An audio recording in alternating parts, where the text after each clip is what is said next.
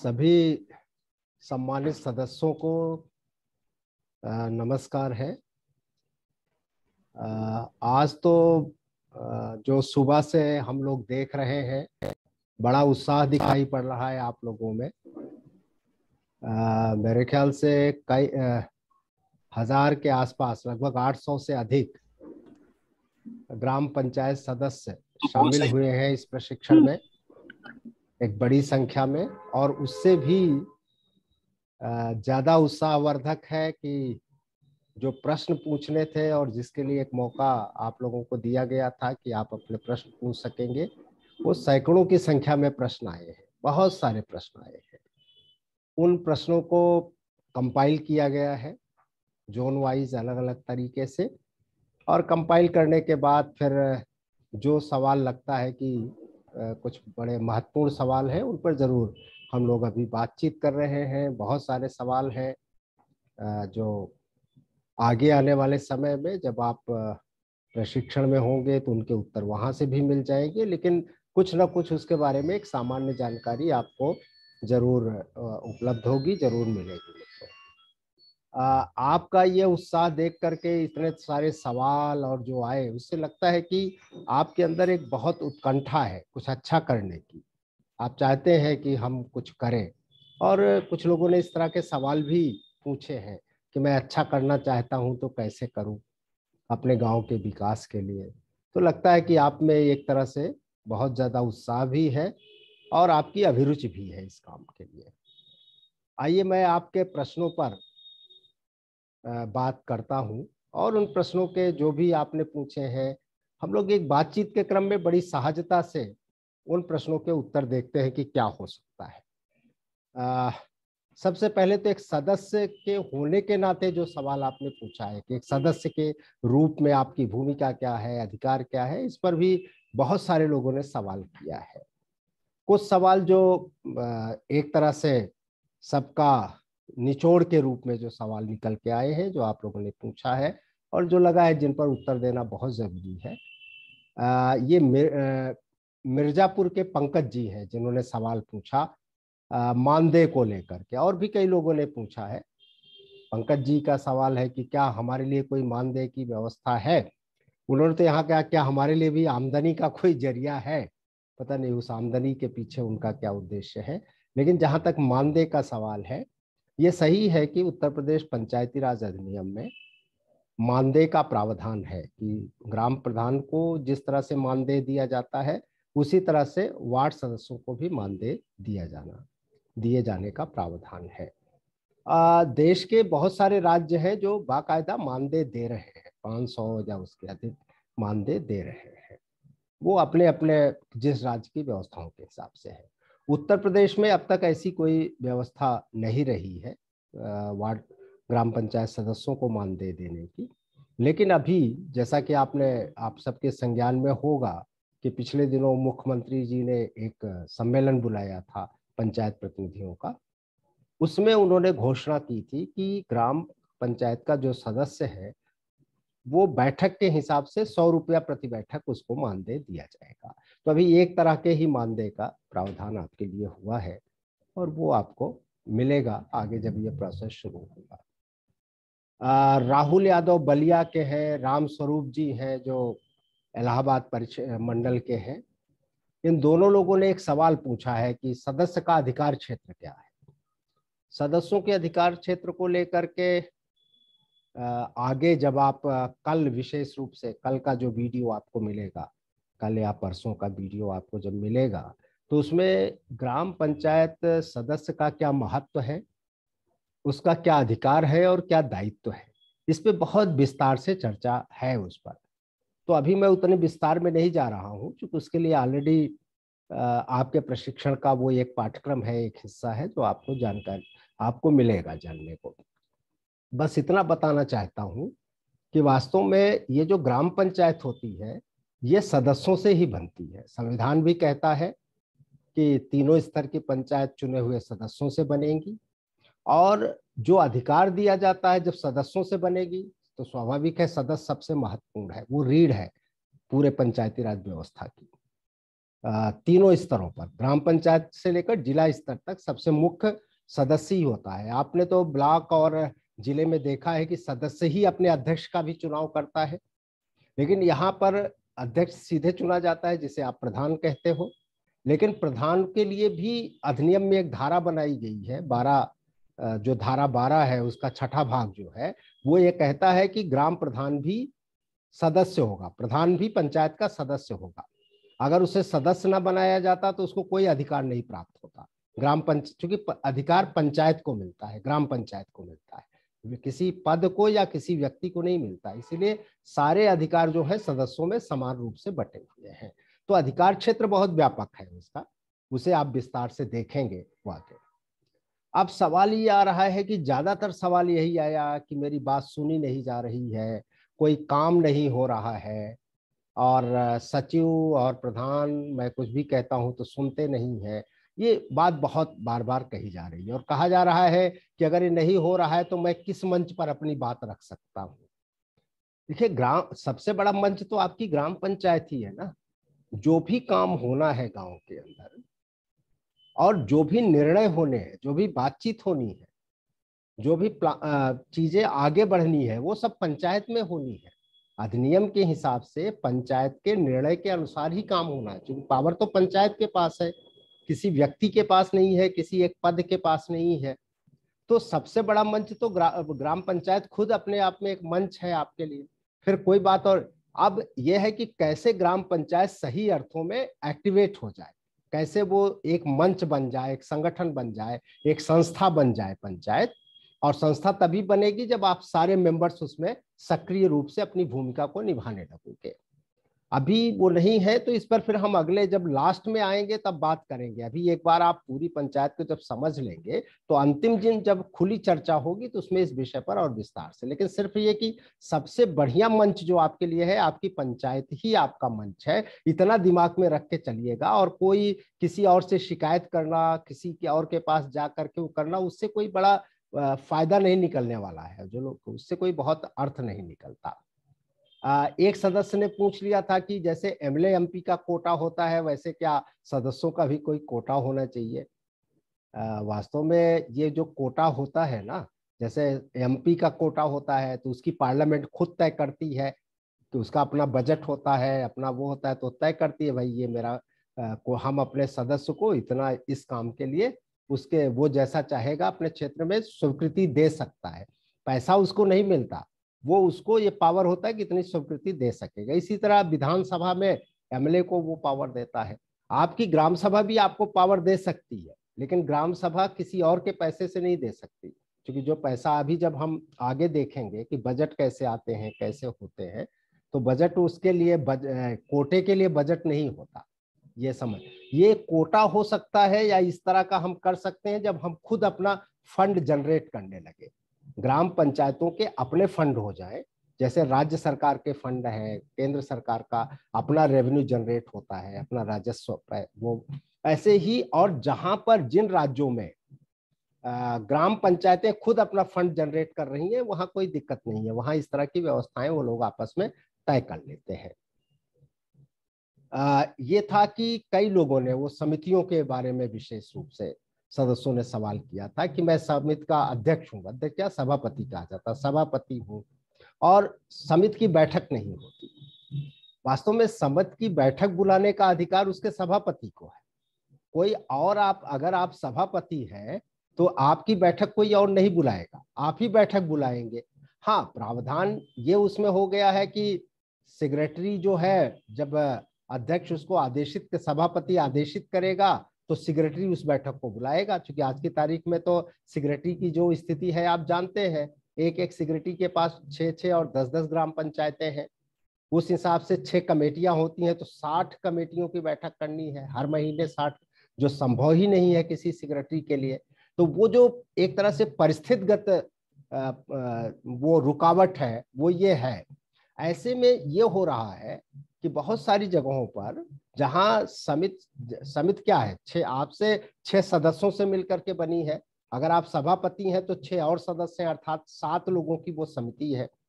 तो 7 सदस्य, ठीक है, सेक्रेटरी नहीं है, कोई बड़ी बात नहीं होती उससे, ठीक है। आप खुद अपने 6 सदस्य में सहमति है तो आप बैठक को बुला सकते हैं सारे, आप बुलाइए, आप अध्यक्ष होने के नाते बुलाइए और वहां पर बैठ करके प्रस्ताव पास करिए। प्रस्ताव पास करके जो समिति का जिम्मेदारी है कि सुझाव दे, कोई ग्राम पर, चूंकि निर्णय ग्राम पंचायत में होना है, ध्यान रखिए, जो प्रशासनिक अधिकार है वो ग्राम पंचायत के पास है, समितियों के पास नहीं है। समितियों के पास वो अधिकार होता है जो ग्राम पंचायत जो अधिकार उसको सौंपती है, अधिकार मूल रूप से ग्राम पंचायत के पास है। ऐसे में अगर आप 6 और 7 लोग कुछ तय करते हैं तो आप ही 7 लोग तो ग्राम पंचायत के सदस्य होते हो। तो जब ग्राम पंचायत की बैठक होती है उसी महीने, तो जो निर्णय आप समिति में लिए हो उसको वहां पास करा सकते हो, क्योंकि आप 7 लोग हो ना। और निश्चित रूप से 7 लोगों द्वारा लिया गया जो प्रस्ताव है वो गांव के हित में होगा, तो उस पर किसी का बहुत ज्यादा विरोध करने का औचित्य भी नहीं बनेगा। तो ये परिस्थितियों में भी आप रास्ता निकाल सकते हो। मेरा सिर्फ ये है कि आज की जो परिस्थितियां हैं जिसमें समितियों की बैठक नहीं हो पा रही है, अगर आप अध्यक्ष हैं तो, लेकिन उसके लिए अगर आप अध्यक्ष हो तो अध्यक्ष की भूमिका निभानी होगी, अर्थात अपने समिति के सदस्यों को इस लायक तैयार करना पड़ेगा, उनको इस लेवल पे कन्विंस करना पड़ेगा, उनकी इस तरह की लीडरशिप आपको देनी पड़ेगी कि आप जब चाहें तब वो लोग आपस में बैठ सकते हैं और गांव के हित में वो सही तरीके के प्रस्ताव या सुझाव दे सकते हैं। ये बहुत जरूरी है। दूसरा यह है कि अब वही बात, प्रधान सचिव नहीं सुनते हैं, ये नहीं होता, तो ये सारी चीजें तो हैं कि जैसे प्रधान और सचिव, अभी क्या है, जब आप कहते हो प्रधान सचिव नहीं चुनते तो सीधे होता है कि आप याचक के रूप में होते हो, आप अपने को उस पंचायत का हिस्सा नहीं समझ रहे हो, मान रहे हो प्रधान जी ही पंचायत है और सचिव जी ही पंचायत है, तो आप उनसे डिमांड करने चले जाते हो, कहते हो हमारी सुन लिया करें। अरे वास्तव में आप सारे लोगों का एक समूह है। जिस दिन ये समझ में आ जाएगा, और सिर्फ समझ में ही नहीं बल्कि एक आदमी की समझ में आने में भी कुछ नहीं होगा, एक वार्ड मेंबर के, जबकि वार्ड मेंबर आपस में जब जिस दिन इस चीज को सब मिलके समझने लगेंगे तब जाके परिस्थितियां बदलना शुरू होंगी। और आप समिति के अगर सभापति हो तो आपकी जिम्मेदारी बनती है जो 6 लोग और आपके साथ हैं उनके साथ आपका बेहतर संवाद हो, उनके बीच में एक अंडरस्टैंडिंग बने, एक सामान्य समझ बने और एक एकजुटता बने। कुछ लोग बड़े थे, जैसे एक मेरठ रीजन के एडवोकेट साहब हैं शिवम जी। शिवम जी कहते हैं कि इस सदस्य का पद ही खत्म कर दिया जाना चाहिए। कहते हैं इसका क्या मतलब है, इसका अगर ये है ही नहीं तो इसका क्या मतलब है, बल्कि ये कह दिया भाई मैं तो इस्तीफा दे देना चाहता हूँ इस पद से, क्योंकि इसका ये कोई समाधान नहीं है ना, ये इसका कोई समाधान नहीं है कि ये किया जाए। शुभम है गोंडा के, वो कहते हैं क्या हम वार्ड मेंबर को लेकर, इस ग्राम पंचायत सदस्य को लेकर के जनहित याचिका दायर कर सकते हैं क्या आप लोग? ये समस्या का समाधान नहीं है। समस्या का समाधान यह है कि अकेले एक वार्ड सदस्य को कोई पावर नहीं है, बार बार मैं ध्यान दे रहा हूं, अकेले प्रधान को कोई पावर नहीं है, पावर जो है वो पंचायत के पास है। और पंचायत अकेले प्रधान से नहीं बनती, किसी एक मेंबर से नहीं बनती, पंचायत सारे सदस्यों का समुच्चय है, वो उसकी एक संस्था है, इंस्टीट्यूशन है। तो सदस्यों को आपस में, ठीक है, ये जो व्यवस्था है वो बहुमत आधारित है, अर्थात बहुमत जिसके साथ हो जाएगा, बहुमत जहां होगा वो सब कुछ संवैधानिक हो जाता है। तो निश्चित रूप से उस बहुमत को ध्यान में रखते हुए आपको उस संस्था के स्वरूप को देखना पड़ेगा। तो सदस्यों से संबंधित जो चीजें थी वो मोटे तौर से ये चीजें आई थी, और मेरे ख्याल से एक मानस आपका इससे साफ होना चाहिए। दूसरा सवाल आया था ग्राम पंचायत को लेकर के, और विशेष करके ग्राम पंचायत की बैठकों को लेकर के बहुत सवाल आए मेरे, और ये बराबर इसका फीडबैक भी मिल रहा है, जानकारी मिल रही है कि 27 मई को एक बार जो शुरुआती दौर में ग्राम पंचायत हुई थी, उसके बैठक हुई थी, उसके बाद बैठकें हुई ही नहीं, बहुत सारी गांव में बैठकें नहीं हुई हैं। ऐसी शिकायतें, ऐसी जानकारियां बहुत मिल रही हैं, और इसमें भी खूब आया है कि बैठक नहीं हो रही है, उसके बाद से बैठक बुलाई नहीं गई, बैठक नहीं होती तो क्या करें। बैठक हर महीने बैठक होना अनिवार्य है, इसके अलावा भी जरूरत पड़ सकती है तो दूसरी बैठक बुलाई जा सकती है मोटे तौर से। तो बैठक होना बहुत अनिवार्य है, हर महीने ग्राम पंचायत को बैठक करना है। बैठक इसलिए भी कि जो पिछले महीने जो निर्णय हुआ है बैठक में उसकी पुष्टि की जानी है, और पुष्टि होने के बाद भी वो तब निर्णय मान्य होता है, उसके पहले निर्णय नहीं मान्य होता। एक बैठक में जो आप निर्णय लेते हो, उस निर्णय की जब तक पुष्टि नहीं होती दूसरे बैठक में, तब तक वो निर्णय संवैधानिक रूप से या नियमगत रूप से सही नहीं माना जाता। इसलिए दूसरी बैठक फिर होना अनिवार्य है, पहली चीज है जो नियम कहता है। उसके अलावा ये है कि हर महीने जो भी काम, चूंकि बार बार मैं कह रहा हूं कि निर्णय ग्राम पंचायत को लेना है, और ग्राम पंचायत अगर बैठेगी नहीं, बैठकें होंगी नहीं, और ग्राम पंचायत का मतलब प्रधान और सारे सदस्य नहीं होगी, तो काम कैसे पंचायत का आगे बैठेगा। तो इसीलिए आप ये देख रहे हैं कि बैठकें हो नहीं रही है फिर भी काम चल रहा है।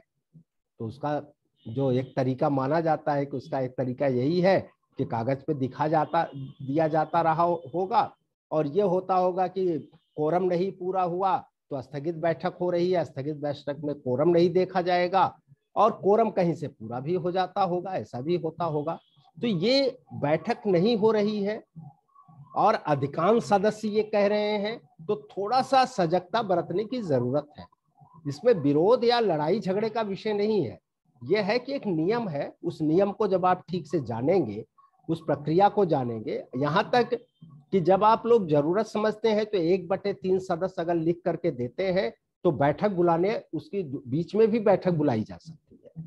और अगर ग्राम प्रधान नहीं बुलाता तो आप आगे एडीओ पंचायत को, डीपीआरओ को लिखेंगे, तो वो उनकी बाध्यता है कि पंचायत की बैठक बुलाएंगे। ये सारे प्रावधान हैं, इसीलिए ये प्रशिक्षण दिया जा रहा है कि इस प्रशिक्षण में आगे आप देखेंगे कि ये सारी बातें आपके साथ आएंगी और भी इसको ज्यादा आसानी से आप समझ सकते हैं। दूसरा ये है कि इसी में किसी ने पूछा है कि ग्राम पंचायत को जो 29 अधिकार मिले हैं, हम अपनी ग्राम सभा में कैसे स्वीकृत करा सकते हैं। 29 अधिकार नहीं मिले हैं, 29 विषय मिले हैं, सब्जेक्ट मिले हैं। अधिकार तो बहुत सारे हैं, सैकड़ों तरह के अधिकार हैं उनको। 29 विषय में एक एक विषय में 10-10 काम हो सकते हैं, और हर काम के लिए कई तरह के, उस काम को क्रियान्वित करने का अधिकार जब उसके पास है तो अधिकार के तो कई प्रकार हो सकते हैं ना। तो 29 अधिकार ही नहीं, अधिकार तो बहुत है, बहुत तरह के अधिकार है, विषय 29 है। और दूसरा ये था कि ग्राम सभा में कैसे स्वीकृत करा सकते, ग्राम सभा में कैसे स्वीकृत करा सकते हैं उसको।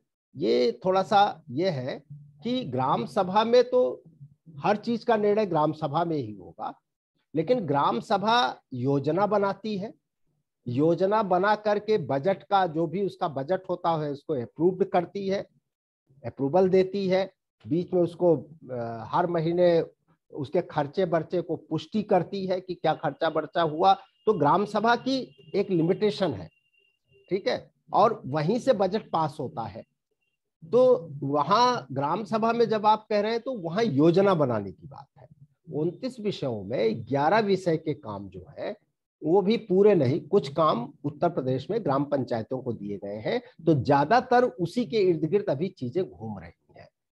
लेकिन अपने रिसोर्सेस से अगर स्थानीय संसाधन विकसित हो जाते हैं तो किसी तरह के काम आप कर सकते हैं, उसमें फिर कोई सीमा नहीं होती, ये जान। इसी तरह ग्राम सभा को लेकर के कुछ लोगों के सवाल थे कि ग्राम सभा, एक नन्हे सोनकर जी हैं आजमगढ़ के, उन्होंने यही कहा था कि ग्राम सभा की बैठक होती है तो जानकारी नहीं मिलती। एक सदस्य ने, जो श्यामलाल है सोनभद्र के, उन्होंने एक बिल्कुल नए तरह का सवाल किया। उन्होंने क्या बिना ग्राम पंचायत सदस्य के कोई ग्राम सभा कोई काम कर सकती है क्या, बिना ग्राम पंचायत सदस्य के। ग्राम सभा, ग्राम पंचायत सदस्य भी दो रूपों में ग्राम सभा में होता है। एक तो वो खुद ग्राम सभा का सदस्य है, मतदाता होने के नाते आपको पता है कि ग्राम सभा का मतलब, ग्राम सभा जो बनती है वो गांव के मतदाताओं से बनती है। उस पूरी ग्राम पंचायत क्षेत्र के जितने मतदाता होते हैं उन मतदाताओं को मिला करके ये ग्राम सभा बनती है।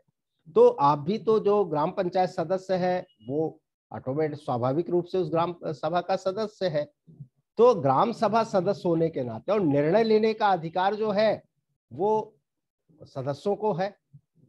आप वहां पर ग्राम सभा सदस्य भी होते हैं, और जवाबदेही के लिए, चूंकि ग्राम पंचायत को जवाबदेही देनी होती है, जवाबदेही है ग्राम सभा के प्रति। जैसे विधानसभा के सामने मंत्रिमंडल की होती है, तो ग्राम पंचायत मंत्रिमंडल है, ग्राम सभा विधायिका है। तो उसी नाते आपको एक ग्राम पंचायत सदस्य होने के नाते एक मंत्री की हैसियत में आपको तो वहां जवाब भी देना है। सिर्फ आप उसके निर्णय के ही भागीदार नहीं है, आप तो वहां जवाबदेही भी आपकी है। तो इसलिए ये आपकी उपस्थिति वहां जरूर होनी चाहिए, लेकिन आप ही वहां पर सब कुछ काम करेंगे ऐसा नहीं है। ग्राम सभा तो अपने सदस्यों के द्वारा निर्णय ली जाती है। आप एक नहीं कोई ग्राम सदस्य जाएगा तो उससे ग्राम सभा का काम रुक नहीं जाएगा। ठीक है, तो ये मानना कि ग्राम सभा सदस्य के बिना ग्राम सभा नहीं हो सकती, ऐसा दिमाग से निकाल दीजिए। ग्राम सभा सर्वोच्च है, वो आपसे अपने को कर सकती है। दूसरा जो विषय था वो विकास योजनाओं को लेकर के था, उस पर बहुत सवाल आए। मैंने देखा कि विकास को और गांव के योजना को लेकर के सदस्यों में बड़ा उत्साह था और बहुत ही शिद्दत के साथ उन लोगों ने सवाल को पूछा था। बलिया से पंचदेव जी थे, तो पंचदेव जी का कहना था कि कार्य योजना की जानकारी कैसे मिलेगी, अर्थात ग्राम पंचायत ग्राम सभा की जो कार्य योजना बनती है या ग्राम पंचायत की जो कार्य योजना बनती है, ग्राम सभा बनाती है कि ग्राम पंचायत ये कार्य करेगी, उसी को हम कार्य योजना कह रहे हैं, उसकी जानकारी कैसे मिलेगी। तो आश्चर्य है, क्योंकि अगर आप सदस्य हैं तो सिर्फ आप अपने के लिए ही जिम्मेदार नहीं है सारी, बल्कि आपके वार्ड के सारे लोग ग्राम सभा में जाएं, सारे मतदाता, इसकी भी जिम्मेदारी आपके ऊपर है। तो और सारे जो निर्णय होने हैं वो ग्राम सभा में होने हैं, योजना ग्राम सभा में बननी है, ग्राम पंचायत में योजना नहीं, उसकी जो स्वीकृति होनी है वो ग्राम पंचायत तो योजना का प्लान वही बनाएगी, टेक्निकल प्लान ग्राम की नियोजन समिति बनाती है, लेकिन वो जाएगी, जो स्वीकृति होगी वो ग्राम सभा में होगी। ऐसे में सिर्फ आपकी चिंता नहीं, बल्कि आपके पूरे वार्ड की चिंता का विषय है। अगर आपकी जानकारी में नहीं है तो आपके वार्ड की जानकारी में नहीं है। तो इसीलिए इन सारी चीजों को जानना जरूरी है, और जानने से ही कुछ नहीं होगा। आपकी जो जिम्मेदारी बनती है उस दिशा में आपको पहल करनी होगी। और पहल करने का मतलब ये नहीं कि शिकवा शिकायत कर देना या जा करके विवाद कर लेना या डिमांड करना, ये आपके पहल का हिस्सा नहीं है। पहल का हिस्सा यह है कि उसकी जो भी आप जानकारी है, उस जानकारी से आप अपने वार्ड के सारे लोगों को अवगत कराइए, और वार्ड के लोग जो मतदाता के रूप में है, जो ग्राम सभा के सम्मानित सदस्य हैं, असली मालिक वो हैं। और एक वार्ड के लोग अगर है और 2-4 वार्ड के लोग इस तरह अवेयर हो जाए तो ग्राम सभा तो स्वतः होने लगेगी, ग्राम सभा में लोग जाने लगेंगे, और जाने लगेंगे तो ग्राम सभा को कोई इग्नोर नहीं कर सकता। और ग्राम सभा तो मतलब 2 बार कही जाती है, लेकिन सरकार की तरफ से भी, राज्य सरकार की तरफ से जो निर्देश आते हैं वो साल में कम से कम 8-10 ग्राम सभाएं तो जरूर होती हैं, 8-10 बार ग्राम सभा जरूर बैठती है। उसके अलावा जब आप जरूरत समझें उसके लिए भी प्रावधान है जो आगे आपको बताया जाएगा, कभी भी ग्राम सभा बुलाई जा सकती है। तो इसलिए इसको थोड़ी सी तरीके बदलने पड़ेंगे, थोड़ा सा अपने को एक व्यक्ति के रूप में ही हम अपने को प्रस्तुत करें कि डिमांड करें, नहीं, आप एक लीडर हैं, एक वार्ड के नेता हैं। वार्ड के नेता होने के नाते उस भूमिका को पहचानना पड़ेगा, और उसके लिए जो क्षमता, जो जानकारी आपको चाहिए उसको हासिल करनी पड़ेगी, और उसके लिए जिस तरह की पहल, सकारात्मक पहल की जाती है उसके लिए आगे बढ़ना पड़ेगा। तो इसको जब लेके चलेंगे तो बहुत अच्छा है कि किसी ने पूछा नाली सड़क टूटी है और प्रधान जी और सेक्रेटरी जी नहीं बनवा रहे हैं, तो हम ऐसा ही मान रहे हैं। ये है श्रवण कुमार जी मुजफ्फरनगर के, उनका सवाल है। तो श्रवण कुमार जी से मेरा निवेदन है कि वो देखें कि प्रधान और सेक्रेटरी सड़क नहीं बनवा रहे हैं, क्या उनका अपना व्यक्तिगत वो है, नहीं है, ऐसा नहीं है। ये पूरे ग्राम सभा का निर्णय है और ग्राम पंचायत का संयुक्त क्रियान्वयन का प्रयास है। तो इसलिए एक समूह के रूप में कैसे जब सोचना शुरू करेंगे तो समूह का एक्शन भी शुरू होगा। अभी जब हम व्यक्तिगत रूप में ही जिम्मेदारियों को देखते हैं, अपनी भी व्यक्तिगत जिम्मेदारी ढूंढते हैं और दूसरे की भी, प्रधान जी की भी व्यक्तिगत अधिकार और व्यक्तिगत जिम्मेदारी मानते हैं, तो ऐसे टकराव आते हैं। जब हम इसे गांव के सामूहिक जिम्मेदारी में तब्दील कर सकेंगे तो एक बड़ा बदलाव दिखाई पड़ेगा। एक सोनू जी हैं बलिया के, बड़ा अच्छा सवाल पूछा उन्होंने कि 14वें वित्त आयोग का जो पैसा आता है वो पंचायत को कब कब मिलता है। वास्तव में ये बहुत बढ़िया सवाल उनका है। वास्तव में एक तो वर्ष के शुरू में पहले पंचायत का प्लान बनता है।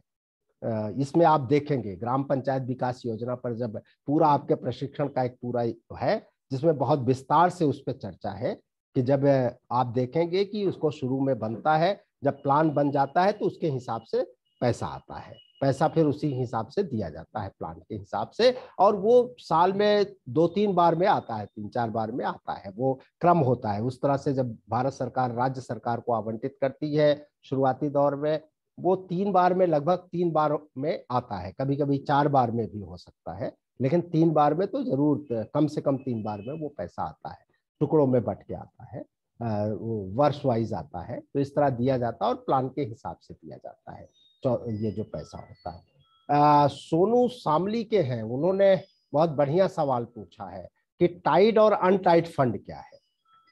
टाइट फंड उसको कहते हैं जिस बजट के लिए ऊपर से ये तय हो जाए कि इसमें क्या काम करना है, कैसे काम करना, अर्थात जिसका प्लान पहले से ऊपर से ही बनकर चला आए और पंचायत को ये कहा जाए कि देखिए ये निश्चित है कि इससे, जैसे शौचालय का पैसा जो आता है वो टाइट फंड है, उससे आप शौचालय में ही खर्च कर सकते हैं, उस पैसे को दूसरी जगह नहीं खर्च कर सकते। और शौचालय कैसे बनेगा, क्या होगा, कितना पैसा लगेगा, सब ऊपर से तय है, तो ये टाइट फंड है। अनटाइट फंड क्या है, जो अभी 14वें वित्त आयोग की बात कर रहे हैं, तो 15वां वित्त आयोग चल रहा है। तो ये जो पैसा आता है, ये पैसा मुख्य रूप से इस बात के लिए होता है कि गांव अपनी आवश्यकता के मुताबिक जो उसकी जरूरत है, जो समस्याएं हैं, उसके समाधान के लिए, उस आवश्यकता को पूरी करने के लिए अपना प्लान बनाए।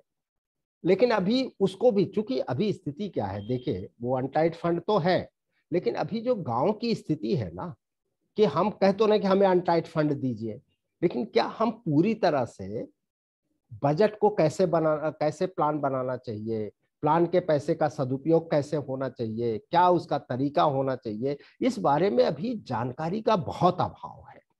इसीलिए कुछ उसके लिए भी थोड़ी बहुत गाइडलाइन भारत सरकार के स्तर से, राज्य सरकार के स्तर से दी जाती है, लेकिन फिर भी गांव के स्तर पर एक छूट दी जाती है कि आप अपने तरीके से उसको करिए।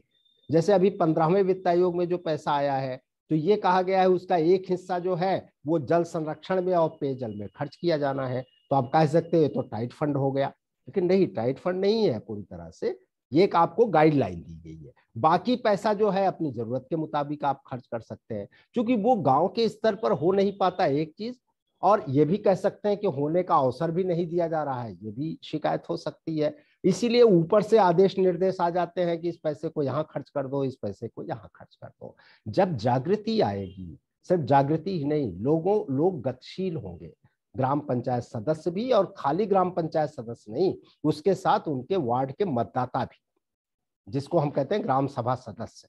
जब इनमें वो गतिशीलता आएगी, इनका पार्टिसिपेशन बढ़ेगा, तो सारा परिदृश्य बदल सकता है। और इसके लिए जरूरी है कि सबसे पहले वार्ड मेंबर अपनी सारी जानकारियों को जाने, अपने पूरे पंचायती राज व्यवस्था को जाने, उसके कार्यक्रमों को जाने, काम करने के तरीके को जाने, तब वही जो है इस चीज को नीचे तक ले जाएगा।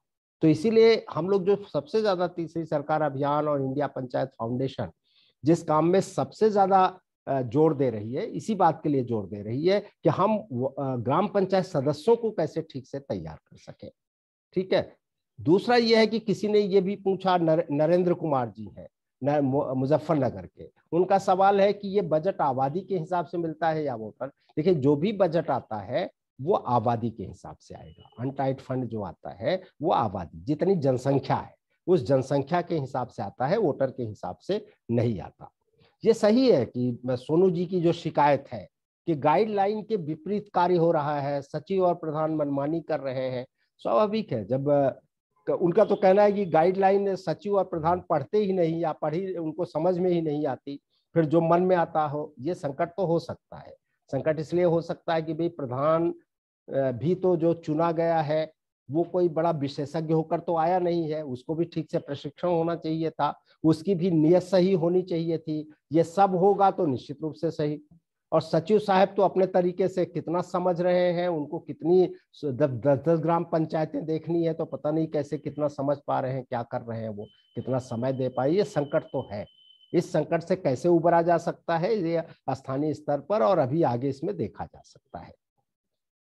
इसी तरह मैंने कहा ना कि ये शशि प्रकाश जी हैं, शशि प्रकाश जी ने बहुत बढ़िया बात कही। उन्होंने कहा कि मैं अपने यहाँ सर्वश्रेष्ठ काम करना चाहता हूँ, सबसे बढ़िया काम करना चाहता हूँ, मुझे बताया जाए कि सबसे अच्छा काम मैं कैसे कर सकता हूँ। तो शशि प्रकाश जी, निश्चित रूप से आपका जो ये उत्साह है और आपका जो सोच और चिंतन है वो काबिले तारीफ है, तो उसकी तारीफ की जानी चाहिए। और आप जैसे ही ग्राम पंचायत सदस्य अपने वार्ड का भी और अपने गांव का बहुत भला कर सकते हैं।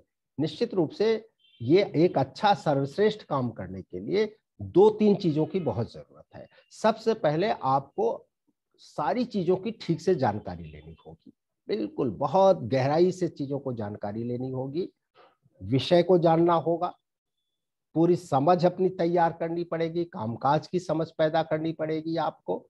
और उसके बाद फिर इतने नहीं, फिर बड़ी ईमानदारी के साथ, ईमानदारी का मतलब जो काम आप करना चाहते हैं सच में वही काम करना चाहते हैं। लोग कहते हैं ना मैं ये करना चाहता हूं लेकिन वास्तव में करना कुछ और चाहते हैं, वो उसको बहाना बनाते हैं। तो बड़ी ईमानदारी के साथ, पारदर्शिता के साथ, जो अंदर बाहर है एक ही हो, उसके हिसाब से आपको अपने काम को तय करना पड़ेगा। और फिर आप, जो मैं बार बार कह रहा हूं कि आपकी पहल होनी चाहिए, आप खुद पहल करिए, लोगों को जोड़िए, संगठन एक संगठित करिए। संगठित करने का मतलब हुआ कि वो एक टीम बनाइए, पूरी अपने वार्ड सभा की पूरी वार्ड की पूरी टीम बनाइए। और जरूरत पड़ मतलब ये भी हो कि अगर आप सर्वश्रेष्ठ काम में जाना चाहते हैं, स्वाभाविक है आप मॉडल बनेंगे और उसके लिए दूसरे ग्राम पंचायत सदस्यों को भी अपने साथ जोड़िए। अगर ये सब करके, विषय को समझकर, ये सारी चीजें जान के, और इस प्रशिक्षण को आप थोड़ा जब गहराई से लेंगे, पूरी मनोयोग से लेंगे, और इसके बाद तो ये प्रशिक्षण अभी दूसरे कई चरणों में चलेगा ना। अभी तो बेसिक जानकारी का प्रशिक्षण है, इसके बाद तो आपको अलग अलग की प्लान कैसे बनेगा, योजनाएं कैसे क्रियान्वित की जा सकती हैं, कौन कौन सी योजनाएं हैं। दूसरा ये कि स्थानीय स्तर पर आप क्या क्या चीजें कर सकते हैं, पोषाहार गांव का कैसे ठीक कर सकते हैं, आप प्लान कैसे बना, ये अलग अलग विषयों पर, जल संरक्षण का काम कैसे कर सकते हैं गांव के लिए। तो इसके लिए बहुत सारे प्रशिक्षण आपको धीरे धीरे कई चरणों में दिए जाने वाले हैं, तो आप लीजिए। और कोई जल्दबाजी नहीं होना चाहिए कि कल से ही सब कुछ हो जाएगा। पहले जैसे एक समझदारी आनी चाहिए भी। विद्यार्थी जो होता है ना, एक बारगी तो सब कुछ नहीं हो जाता ना। प्राइमरी में पढ़ता है, जूनियर हाई स्कूल में पढ़ता है, हाई स्कूल, इंटर, बीए, तब जाकर के तमाम परीक्षाओं में बैठना शुरू करता है, तब उसके काबिल बनता है। तो उसके लिए उसको धैर्य की आवश्यकता होती है। तो यहाँ उतना समय नहीं, लेकिन 4-6 महीने तो आपको चीजों को ठीक से समझने और उसके लिए धैर्य रखना पड़ेगा, और उसी मनोयोग से आपको काम करना पड़ेगा, तब जाकर के आप इस काम को आगे बढ़ा सकते हैं। कुछ जो विशेष सवाल आए थे, मैं उसकी तरफ आपका अंत में ध्यान आकृष्ट करूंगा। जो इन सब से, एक सूचना के अधिकार के बारे में किसी ने पूछा था। ये सूचना का अधिकार जो है इस बात के लिए है कि आप किसी से भी, किसी भी सरकारी कामकाज से, या जहां सरकारी धन लगता है, सरकारी धन मीन्स जहां जनता का सार्वजनिक, जनता के टैक्स से जो पैसे खर्च होते हैं, उनके बारे में जानने का आपको पूरा अधिकार है। और इसके लिए सूचना का अधिकार एक कानून, अधिनियम पास हुआ है, कानून बना है, और उसके लिए एक निर्धारित है कि आप उसके लिए पूछ सकते हैं किसी को, जिससे पूछना है हर जगह। इसलिए सूचना के अधिकारी नियुक्त किए गए हैं हर सरकारी ग्राम पंचायत से संबंधित चीजों की भी सूचना आप प्राप्त कर सकते हैं। तो बाकायदा आप एक एप्लीकेशन देकर उस पर कभी समय, मतलब इसको जरूरत और आप लोगों को आवश्यकता महसूस होगी तो सूचना के अधिकार पर अलग से प्रशिक्षण आयोजित किया जा सकता है। तो उसमें जानकारी देना उसकी बाध्यता होती है उस डिपार्टमेंट की। एक बड़ा महत्वपूर्ण अंत में सवाल आया, मनोज कुमार गाजियाबाद ने एक सवाल उठाया था सचिव की नियुक्ति को लेकर के। और ये चीज कई बार, बहुत बार मैं देख रहा हूं, जो बहुत जागरूक और पढ़े लिखे ग्राम पंचायत सदस्य हैं, जो ग्रुप बना है तीसरी सरकार अभियान का, ग्राम पंचायत सदस्यों का, उसमें ये सवाल बार बार आ रहा है। तो ये अंतिम है आपके लिए कि उन्होंने उसमें इस पर बड़ी बहसें भी चल रही है, बहुत बार आ रहा है। और उन्होंने, मनोज जी ने कहा कि ये बताया जाए कि क्या सचिव की नियुक्ति जो है वो ग्राम पंचायत कर सकती है क्या, और कर सकती है तो किस धारा के तहत कर सकती है। बहुत स्पष्टता से उन्होंने जानना चाहा। इस बारे में मैं आपको जानकारी देना चाहूंगा, संक्षेप में अभी जानिए, विस्तार से फिर इस पर चर्चा होगी। वास्तव में अगर हम अधिसूचना देखें, दो चीजें हैं। एक तो अधिनियम है, अधिनियम वो है जिससे कानून बनते हैं, अधिनियम जिसको कहते हैं। तो उत्तर प्रदेश पंचायती राज अधिनियम है। तो उत्तर प्रदेश पंचायती राज अधिनियम में धाराएं होती हैं, वहां जो होता है वो धारा कही जाती है।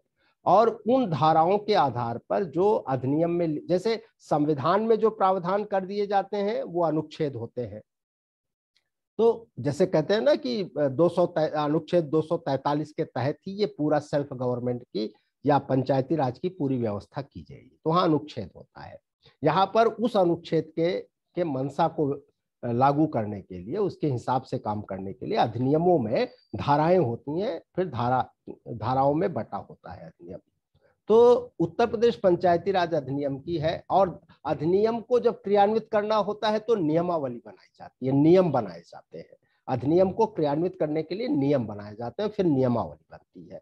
तो जरा इसको ठीक से समझने की आवश्यकता है आप सब लोगों को। ये धारा 25 है, अधिनियम की धारा 25 है, जिसमें कहा गया है कर्मचारी वर्ग की नियुक्ति कैसे, अधिनियम कहता है कि पंचायत के लिए कर्मचारी वर्ग कैसे नियुक्त किए जाएंगे।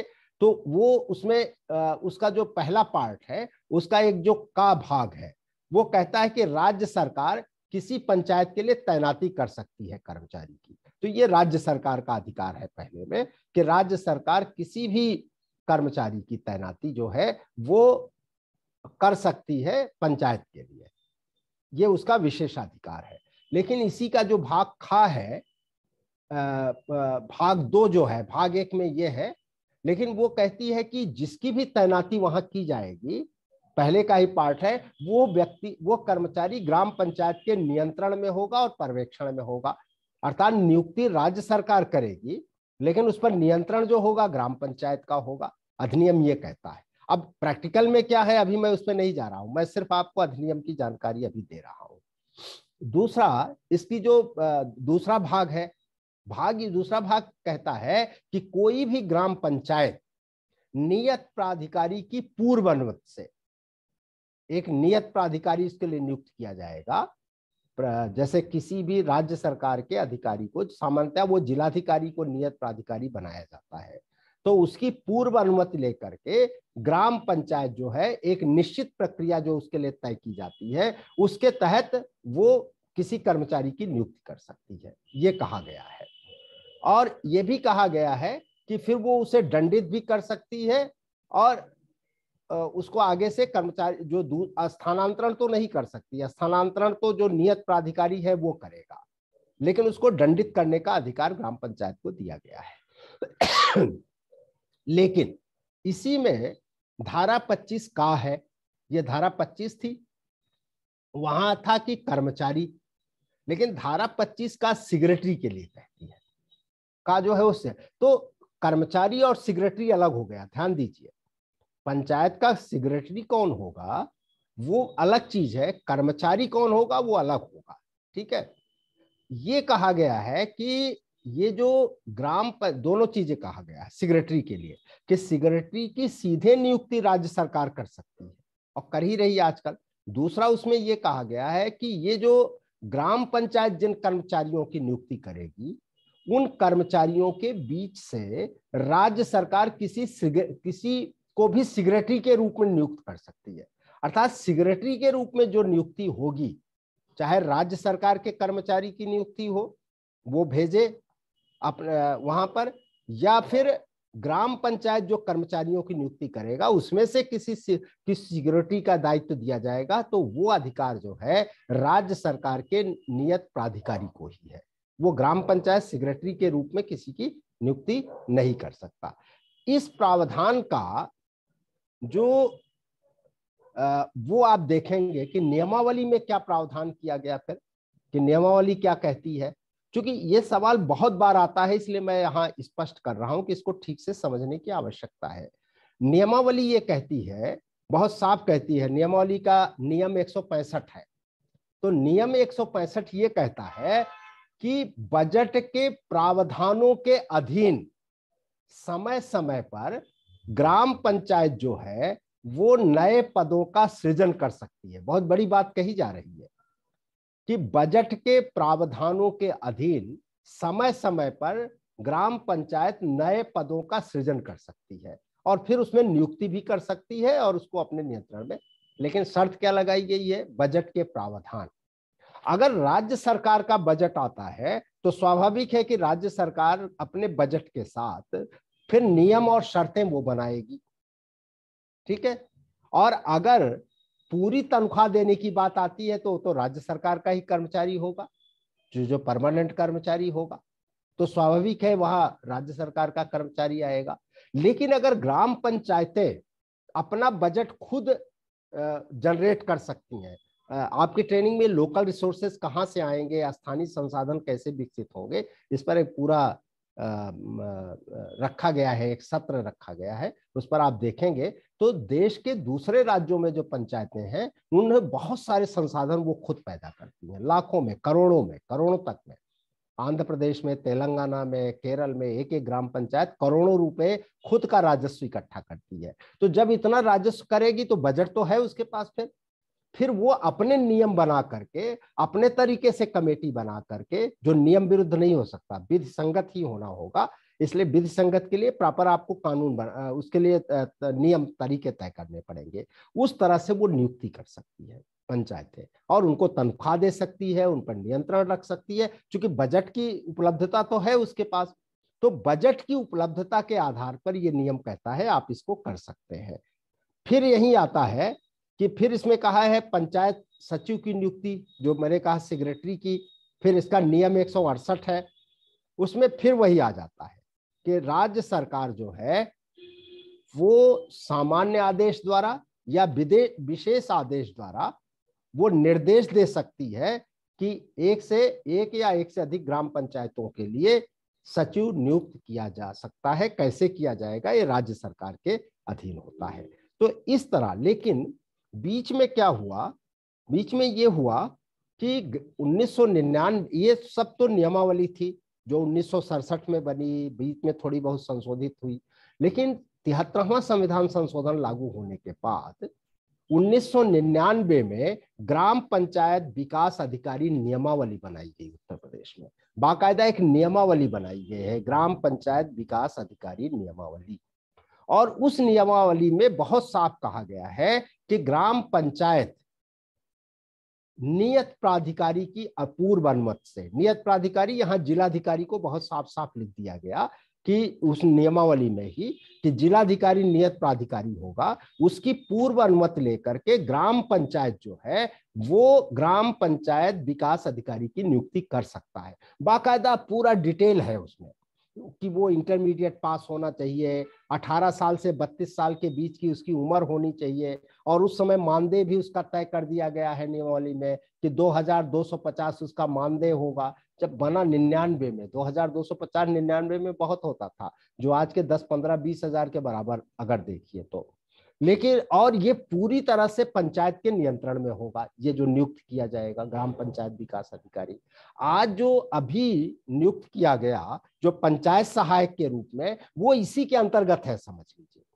जो आपने देखा कि प्रधान ने ही, पंचायत ने ही एप्लीकेशन निकाली और पंचायत की जो प्रशासनिक समिति है उसने ही शॉर्ट लिस्ट की, उसको शॉर्ट लिस्ट करने के बाद फिर ये किया, और चूंकि नियत प्राधिकारी की अनुमति की जरूरत थी तो इसलिए कलेक्टर को भेजा गया और कलेक्टर डीएम को भेजा गया, डीएम की तरफ से ओके आया और फिर पंचायत ने नियुक्त किया है और पंचायत के नियंत्रण में है। उसकी तनख्वाह भी वो कर दिया गया है, उसकी तनख्वाह मतलब मानदेय बढ़ा दिया गया है, तो उसको एक तरह से मानदेय दिया जाता है।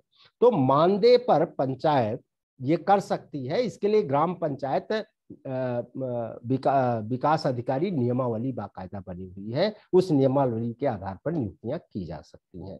तो ये कुल मिलाकर के आप लोगों ने जितने तरह के सवाल आज की तारीख में पूछे थे, बहुत इसके लिए बहुत अच्छा लगा कि इस तरह से आपका सवाल आया, जो ये प्रदर्शित करता है कि आप सब अपने गांव के लिए, अपने वार्ड के लिए कुछ करना चाहते हैं। और ये प्रशिक्षण निश्चित रूप से आपको कम से कम प्रारंभिक स्तर पे ये जानकारी दे सकेगा। दो चीजें आप देखिए कि देखिए आपके गांव की जो समस्याएं हैं, जो है मैंने बार बार कहा, सारा अधिकार, सारी सामर्थ्य ग्राम पंचायत के पास है, तो समस्या का समाधान वहीं होगा। हम लोग या इस प्रशिक्षण में आपको कुछ जानकारियां दी जा सकती हैं, कुछ सुझाव दिए जा सकते हैं, आपके सवालों के उत्तर दिए जा सकते हैं, लेकिन ये कि यहाँ पर कोई समस्याओं का समाधान हो जाएगा, ये तो मतलब सोचना ही एक तरह से बेमानी है, उसका कोई अर्थ नहीं है। तो इसलिए मित्रों, हम लोग तो आपको एक सही सलाह और सही सुझाव दे सकते हैं, लेकिन समस्या का समाधान आपके गांव में है, आपकी पंचायत में है, आपके द्वारा ही है।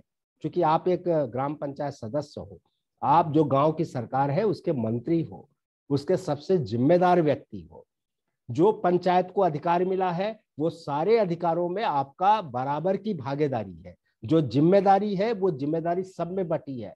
कल कोई सजा भी, कोई दंड भी दिया जाएगा तो अकेले एक व्यक्ति को नहीं दिया जाता, बाकायदा आगे आने पर आपको बताया जाएगा कि उसमें सबकी, सारे वार्ड मेंबर को समान रूप से, सारे ग्राम पंचायत मेंबर को सारे रूप से उसमें वो जुर्माने लगाए जाते हैं। अगर कोई क्षति हुई, कहीं भ्रष्टाचार हुआ, तो सब उसके लिए जिम्मेदार होते हैं।